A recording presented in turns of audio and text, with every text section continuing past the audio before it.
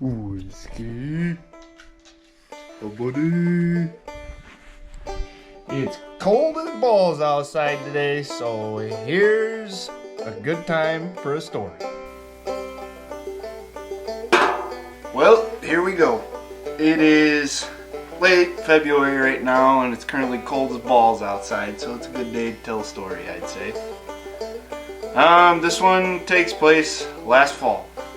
Backtracking into last summer, obviously I have a bunch of different farms that I bow hunt on. Spread my cameras around, try to find the biggest buck I can, and then I make a game plan to go into the fall, the opener or such, and make a move on him, try and kill him, obviously. So out of these 3-4 farms that I've been hunting, was doing a bunch of velvets footage and scouting. Found a pretty nice 8-pointer that had caught my eye. That was back in July or so. I believe it was August 28th. I sent my buddy Drew Schlem, who you guys probably know from the channel. I sent Drew, and I think somebody went with him. Probably Matt. I sent him to go check one of my cameras just to see if that big 8 was still there towards the end of summer there, before Velvet was about to come off. And he went and checked the camera, calls me up while I'm at work, and I could just tell when he called me he was all giddy as could be, because he said there was good news and bad news, and I was like, oh boy.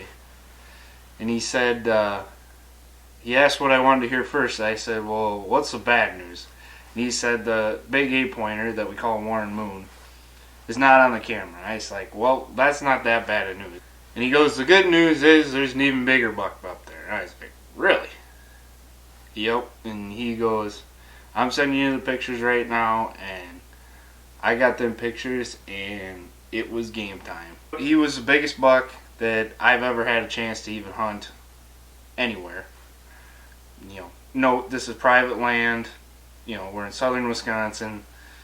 I've hunted a lot of big bucks before, but this one topped the list. I've never got a picture of a buck this big before. So right there, we started game planning. The picture I got of him was in the morning, early. But it told me that he was close, and he wasn't venturing too far. Note, this camera that I got a picture of him on is out in the middle of a wide open field, and there's no deer that's going to be bedding within 200 or 300 yards of this camera. I kind of kept my distance. Obviously, I kept doing a lot of driving around, trying to find this buck, just to lay eyes on him in person, just to get a better glimpse of what he really was, because those first couple pictures really didn't give me a great idea of what he was, but I knew he was huge. The next pictures I got of him, he was hardhorn, and it even gets you more fired up when you see a buck in hardhorn. It's almost game time. It's almost bow season, and I believe the opener was around the September 12th this past fall.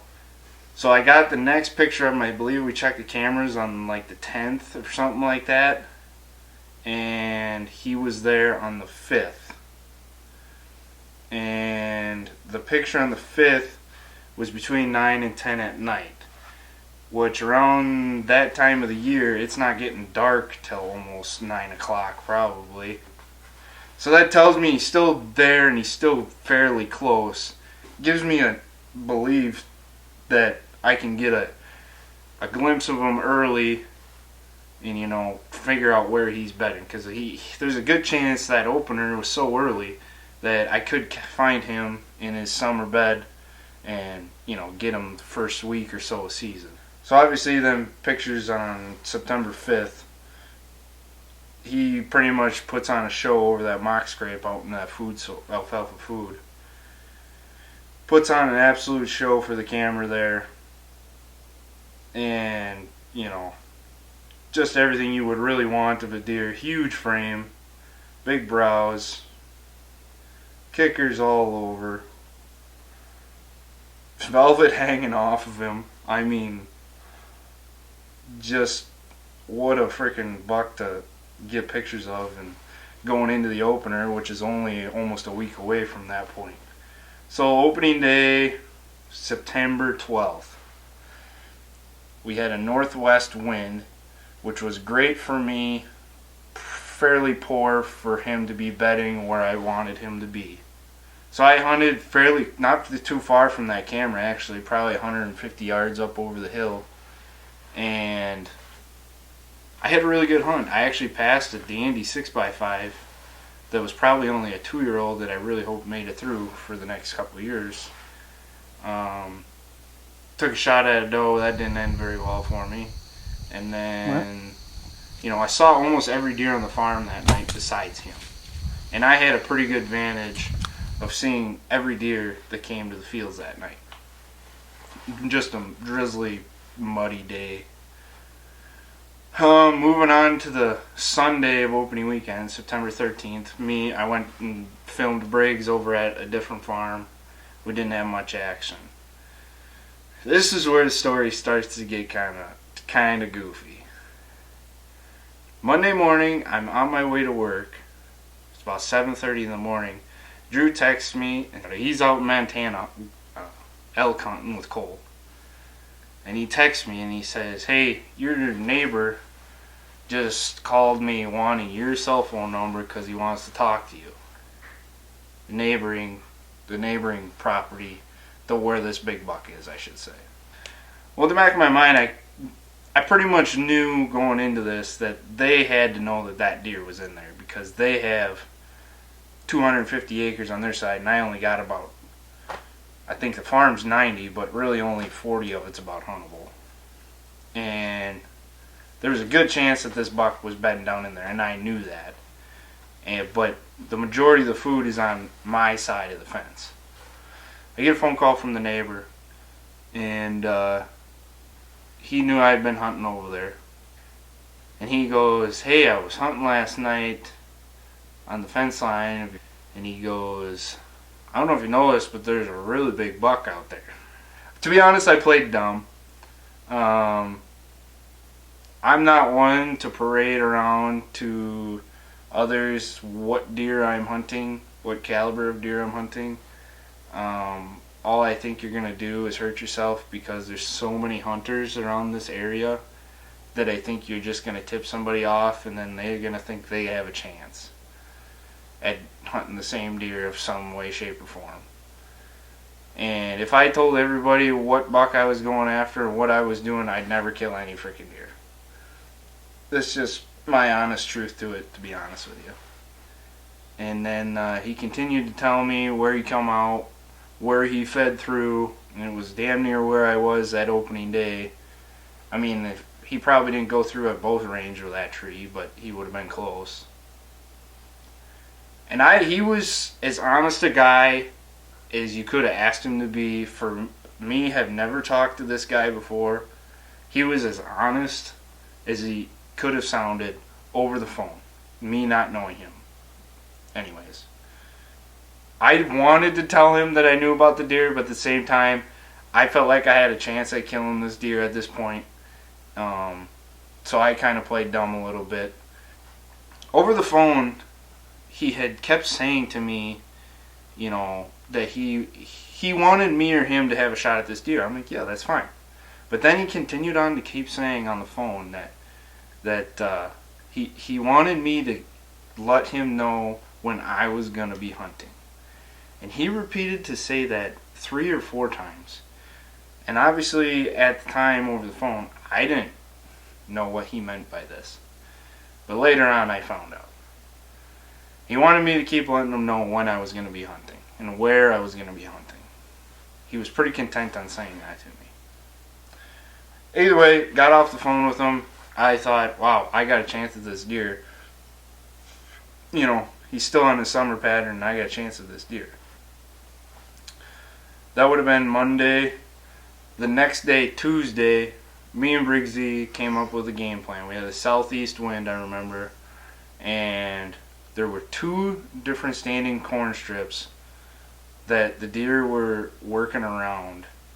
And between these 2 corn strips, me and Briggs were going to split up, and we were basically going to ground hunt in these 2 corn strips with the wind in our favor. But the wind was perfect for the deer to be bedding in the ridge that night. but the wind, we were staying back enough, and we were gonna split up. I put Briggsy actually down closer to where I thought he was bedding, and I figured if he got by Briggsy was gonna be able to let me know where he was heading, and I was gonna be able to cut him off. So we get up there, we get settled in. I look up on the property line, and I see another hunter in a tree stand that's literally on the property line. I mean, it's directly over the fence. And I see a guy up in that tree, so I text the neighbor, and I said, hey, I can see you're out hunting tonight. I told him me and Briggsy were down here hunting. We were in the cornfields. I said, if you see him come out, let us know. And, thinking he was going to be a good guy about it. And he said, all right, sounds good. Because he had a vantage point that could see the whole thing. So that night, Briggsy had a pile of deer out from past the same 6x5 I did the opening day. And we didn't see the buck we call Swagger. And we left that night. I texted the neighbor, and I said, no sightings tonight.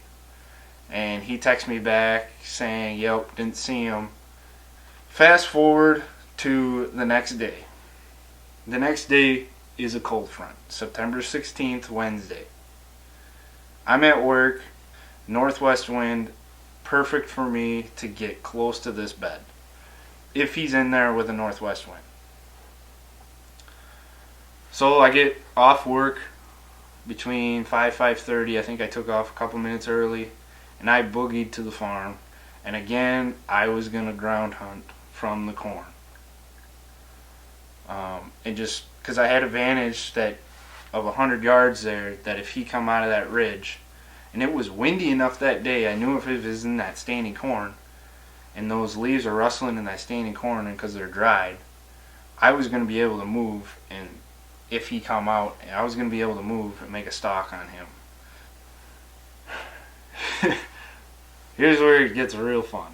Walking in, I'm walking obviously down the property line of the neighbors and mine. I catch a glimpse of an orange strap in a tree on the property line. So I stop and I look, and there is a new tree stand that had never been there before, literally 2 yards from the fence line, down closer to where this buck is coming out. Again, this is, I think he now has 3 stands within 2 yards of the fence line. So I'm pretty pissed at this point. So at this time, I'm talking to my buddies through Snapchat, saying how pissed off I was. Not even to my spot yet, I'm just pissed. Well, in the meantime, I get looking at this tree stand more, and I saw some things that I hope I never see again. Looked at my binoculars, and on the platform of this tree stand, there is a beer can. And I thought, oh no, that's not good. Continue to look, there's a backpack hanging next to the tree stand, and there's a cap. There's a camo cap hanging in the tree stand, which I thought was really weird, but I did see his truck when I was walking in that night. And I figured he was hunting, obviously. He's not in the tree stand. But a beer can, a backpack, and a hat are. But he is not in the tree stand. I'm literally 15 yards from the tree stand. I'd be able to see him if he was in. So something was off, but I didn't really know what to do. I took pictures of it, just on my phone. Took pictures, a short video.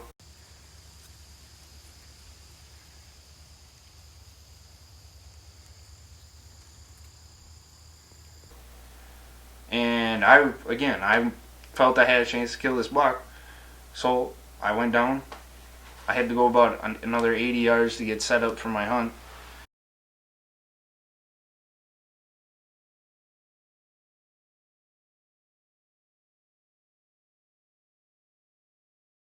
Wind's blowing again, so I'm creeping down this corn row, and feel like I have as good chance that night as I'm gonna for like the whole season, you know. So I get set up. There's a point of a cornfield about 80 to 100 yards down in front of me to my left. And then I have wide open ridge where any deer could come out in front of me. 100 yards wide, they'd be at 45 yards when they step out and they jump into the field. They're in shooting range.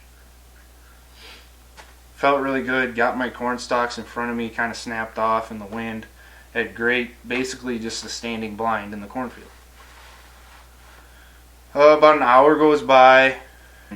I remember because last light was about 7:30 that night, and he steps out. The buck, Swagger, steps out behind a couple other bucks and some does. And every deer I had been seeing had been working into the hayfield about 50 yards and then working away from me. So I just kept letting them work away. And all of a sudden I catch a glimpse of him and he come up around the point of that cornfield. And at that point he's at 80 to 100 yards, something like that. Wind's still blowing good. I got 20 minutes of daylight left. So as he's messing around that cornfield, so I start stalking. I creep down this cornfield probably 30-40 yards just to start. I mean I could cover a lot of ground in there with that wind that night. So this puts me within 50 to 60 yards of him, I felt like, and he's still down there in that cornfield point.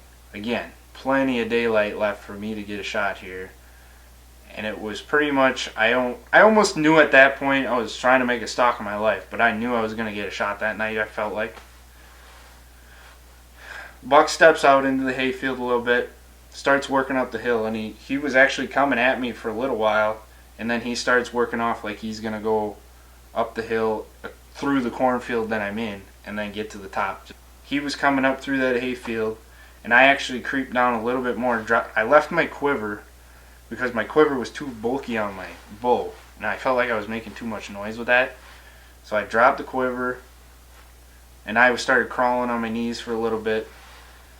And he's coming out of the hayfield. He's just taking his time. And he worked up to within 40 yards of me. And he's standing broadside. And I knew at this point I was fixing to kill him.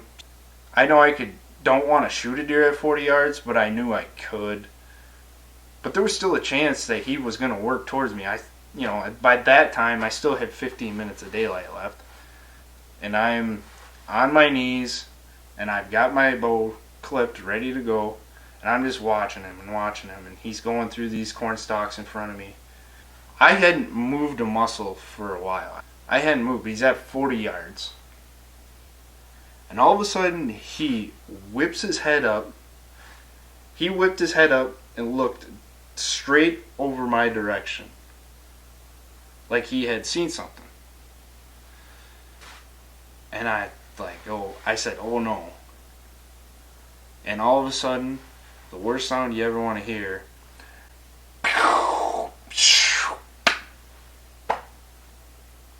the gunshot, the whiz of the bullet, straight over the top of my corn stalks, hits the buck right in the back hips, drops the buck and paralyzes him right there. At that moment, I panicked. I jumped out of the cornfield into the hay strip that the Swagger was in. Bow in hand, other hand wide open.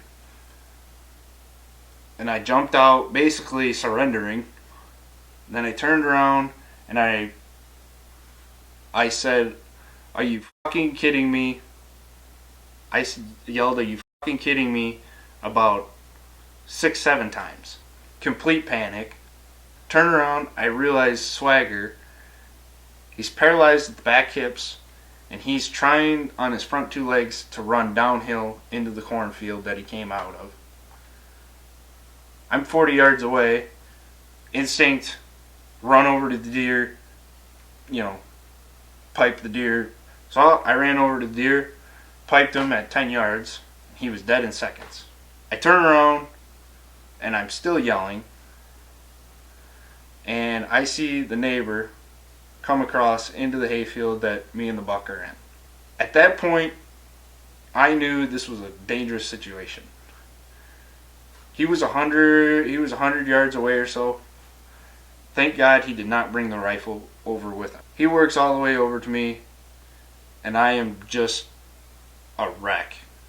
In the back of my mind, I knew this was a dangerous situation because if he just used a rifle to shoot a deer, what makes you think he can't have a sidearm on him at the same time? So that's where I had to keep my cool a little bit because I just didn't want him to act out at that moment. Anything could happen. As he's walking across the field to me, I called one of my friends and told him to send me the warden's number immediately, as I had to tell him what just happened, and I said, you need to get out here now. Immediately, I get the warden's number. In the meantime, I called my grandpa. I said, Grandpa, you got to get up here because this isn't a good deal, and I can't be up here alone. He's working across the hayfield, gets over to me, and I just, again, there was a lot of words exchanged between me and him. A lot that I wish I never heard from a guy before. Jesus. At one point he goes, I know you're a better person, I know you're a better hunter than me, but this is me, this is who I am, and this is how I kill big deer. He said that at least twice.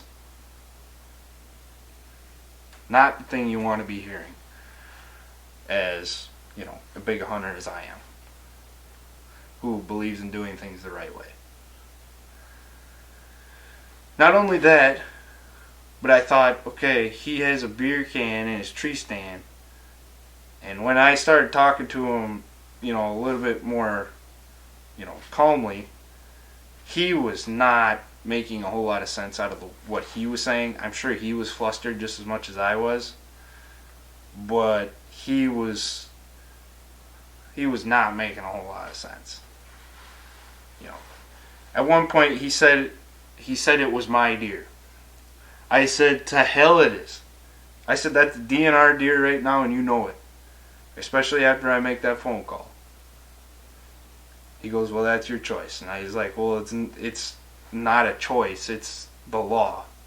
And I said, I'm not letting you get away with it. In the meantime, where me and him are exchanging words for way too long, Grandpa shows up in the Ranger. He goes over to my grandpa and is apologizing and bullshit. And in the meantime, when that's going on, I call the warden. Once you know it, he's out of town on a training. Yeah, he's like, you gotta be shitting me. So he had to call the Bordering County warden, and he was on his way immediately.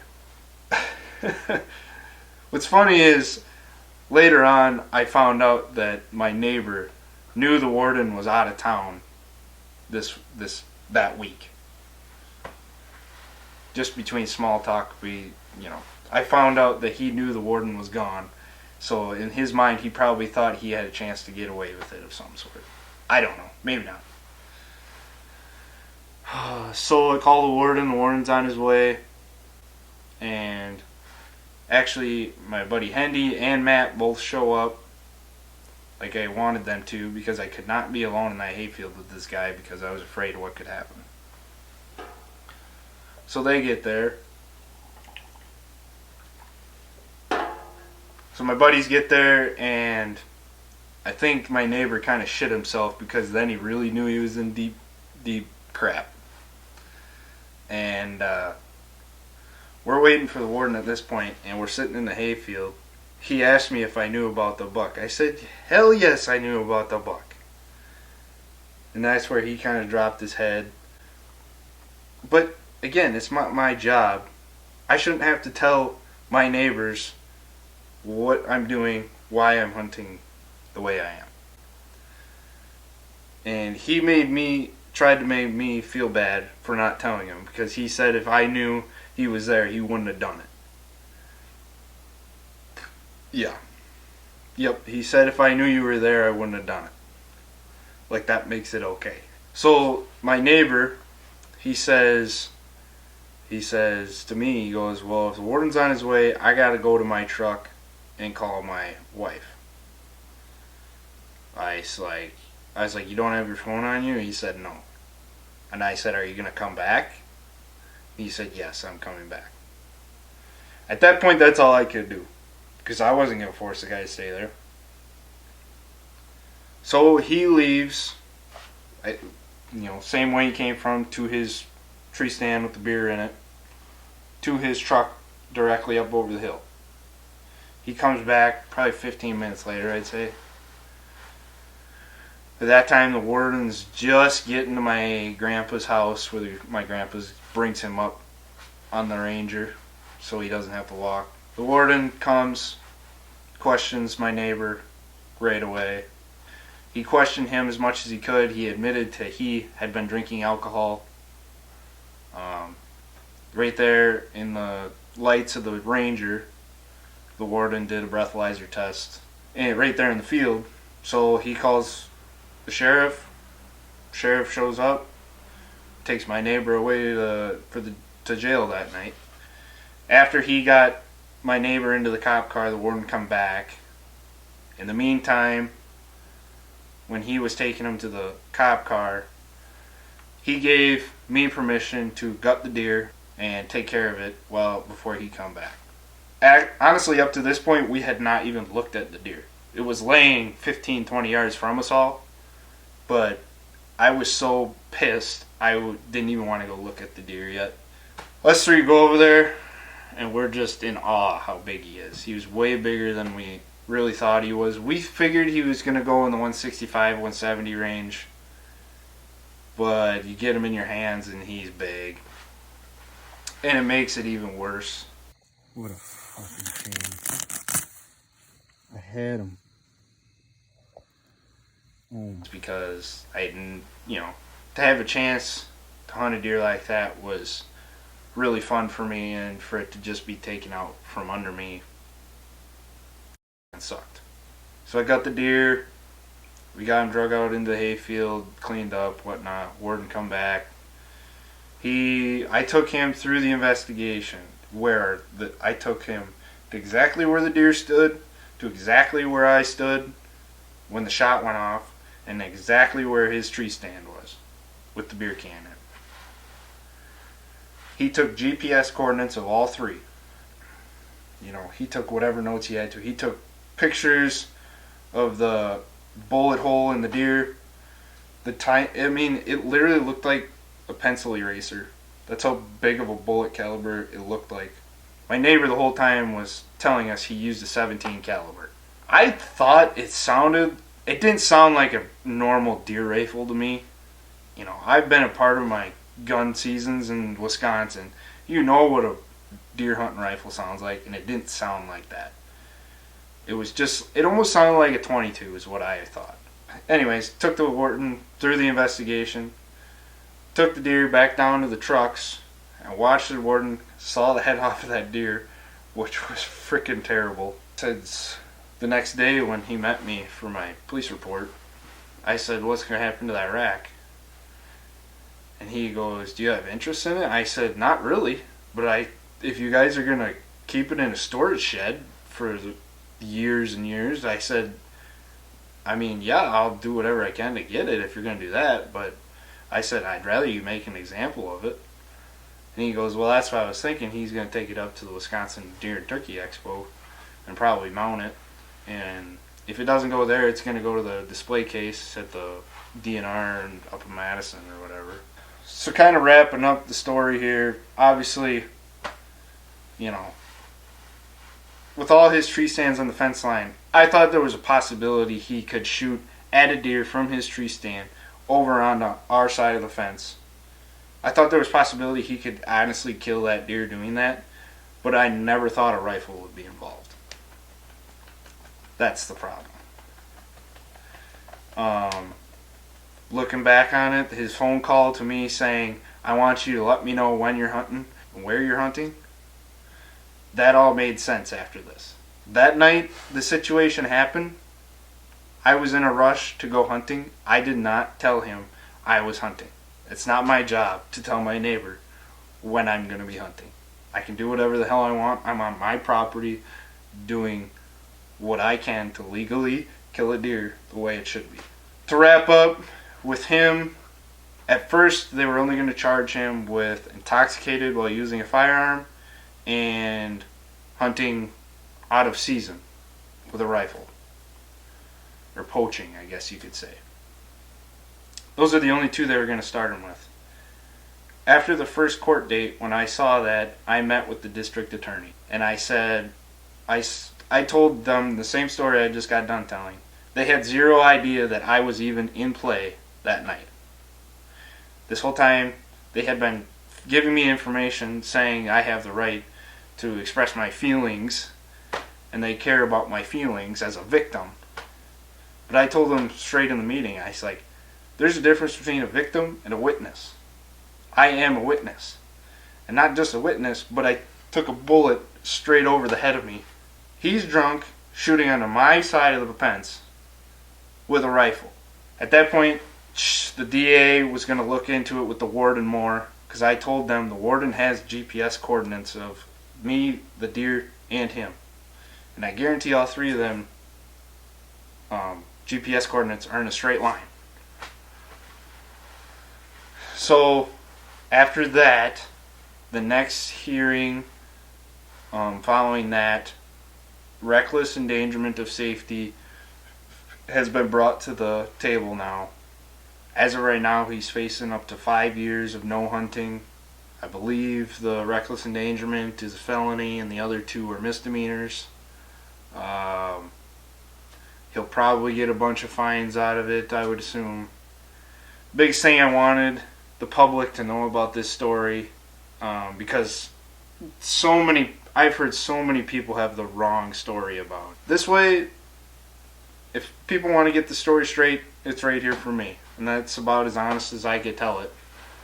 I just wanted this to be out. This poaching stuff has got to end. It happens way more than people think it does. So that's where I'm kind of leaving this. Yeah, I'm salty about this topic, but I want everybody to know the true story of what happened, because it's not a normal story. And I just want people to know the right story, and I hope somebody can learn something from it. So I'm going to leave it at that. Thank you for watching. Please subscribe, like our videos. If you got any comments, concerns, don't be afraid to message our team. And Sundown Outdoors, obviously. And we'd be happy to talk to you with that. See you later.